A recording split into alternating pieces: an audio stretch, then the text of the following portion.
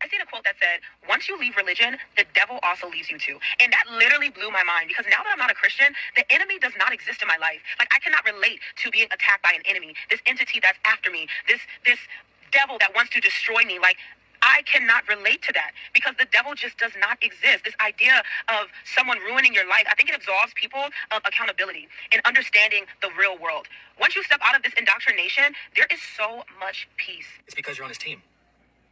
Yeah, it's because you're on his team. I'm sure players said the same thing about LeBron when they joined his team. Man, it's so nice to not have to check LeBron anymore. Yeah, it seems easy. It seems peaceful because you're not fighting against him anymore. You're fighting with him. It seems peaceful because you're giving in to your flesh, and the flesh wants to do what the world wants to do, and the world wants to do what the devil wants to do. So yeah, it seems easy. It seems peaceful. It's because you're on his team. This is what I want y'all to understand about people who have been deeply indoctrinated by religion. For many of them, this is not just a belief. It is their entire framework for reality.